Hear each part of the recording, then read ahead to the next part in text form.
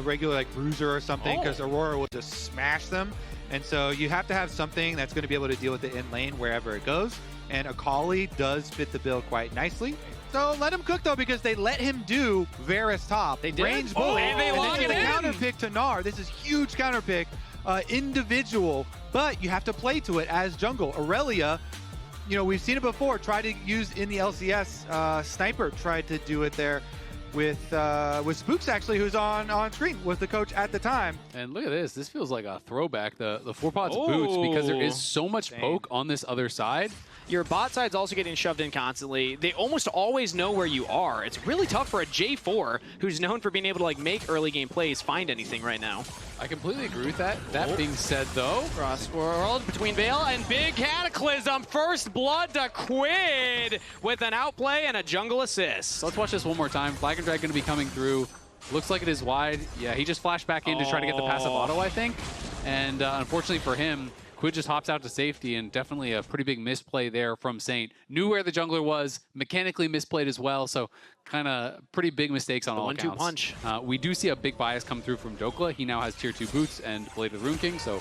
Ooh, arrow lands onto Yon, but the Bard ult to try and turn things around, slow the damage from Berserker. Now they can turn with a 4 shot, but Berserker still healthy with the Seraphine behind him. Curtain call as Jose Dioto comes in. The Flag and Drag knockup lands, and Isles falls. Kill goes over to Jose Dioto. Team Liquid find another one. You know, he's got Boots of Swiftness, just use the cleanse, walk back out, go for the re-engage, get their second kill of the game. Inspired's looking top. There are multiple members from Team Liquid hovering around Morgan. He's caught off from his wave. Dokla's taking some damage here, but he's just trying to buy time for Inspired, and the kill is picked up. LYON answer back on the top half. So that is going to be the window he's going to be looking for, but Core is here to cover. You can see multiple members coming up from TL, so they're kind of trying to bait Dokla. Goes for the Vanguard immediately, and Core JJ gets an auto slow. Also it will miss. Core JJ holding the Q right now.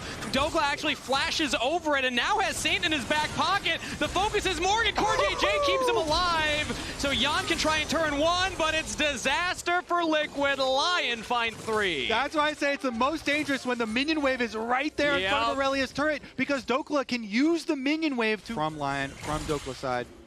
And now Saints in the top side versus Quid here, looking to chase down the Aurora. Q's landing one after another. Quid could be in some trouble here. Flash from Saint, flash response from Quid. Will survive. That was pretty close though. Now Dokla trying to get aggressive here onto Morgan. You have Blade of Rune King done. Doesn't matter if your abilities miss, you just auto-attack this guy to death. Yeah, as you can see, he's chunking out the Gnar, but Jose Dioto is in the back pocket. Yeah, both junglers. Just look at the mini-map. The other Inspired's coming down too. Smash down is the teleport in from the mid lane. Cataclysm onto Dokla. They got him this time. Teleport will complete from Quid, but they already killed the top laner. So they can move up, and as long as Ash Arrow, look at this, 2 seconds left on it.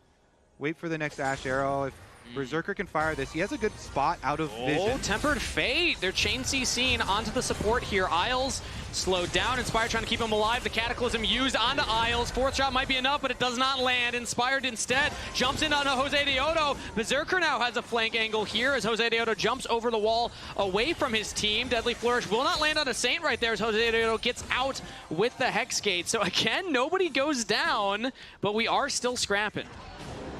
Ooh, Morgan actually goes for a cheeky little play there. Ults in and looks for the wall up onto Saint, but won't land the stun. Just pushing the wave with the rest of the team behind him. Tempered Fate's coming up in 2 seconds for Core JJ. They could look to ult the turret and then get the damage onto Saint. He tries to go back in, stunned up, knocked down. Tempered Fate onto the turret, and a clean dive from Team Liquid. Saint tries to go in right past it, just as he's able to use the ult. It will mean, though, no Tempered Fate. Actually, as mid lane, Yon has to flash, so a really good summoner spell pickup there from LYON. It's a little bit more reminiscent of game 1, where I think TL were a bit hesitant to use their tools. Morgan again with the wall up onto Dokla for the stun. Nars him into the wall, and another Cataclysm from Jose Dioto. Everybody getting the kill credit there. And consistently, they're not getting the push in these waves. Now they are in the mid lane as Saint jumps in onto Quid. Inspired follows up as well. Some chunk damage as they interrupt the Flag and Drag from Jose Dioto. The Blade Dance not going to go down for the follow-up stun. And Deadly Flourish will land, plus a Tempered Fate. It's only onto Dokla. It's only the Aurelia who flashes away from the follow-up CC. So LYON do get their top laner out of there. It's still a bit of a push and pull here. Yeah, they're just trying to wait out Morgan's Narbar. They want that to expire. He has flash. It's about to end, and then LYON can look for the fight. Big play now for the fight with no ultimate on the Gnar, no Mega Gnar available for Team Liquid. They're going to have to find a different way to get in here. They still have Cataclysm. They still have Between Worlds. There's a flash for Cataclysm. Flashes out from Isles and company. Dokla taking a big damage, rooted down, but the Encore on the multiple members. Berserker free firing on to Team Liquid. Morgan's trying to retreat, but the Dragon Soul is secured, and LYON smash a team fight with a double kill to Akali. All right, LYON got the soul, and they can run them over towards the Baron as well. Yeah, LYON crushed that fight. I mean, TL just could not coordinate to burst down one of these carries, and that is the problem. It's all upfront damage. If you are not successful with that engage, you got nothing. Oh, they even stopped Core JJ's back, and the Baron is on the table here, so Team Liquid going to have to watch as that goes down, get some waves for themselves, but so much gold in the pocket of LYON, plus 2 back-to-back objectives.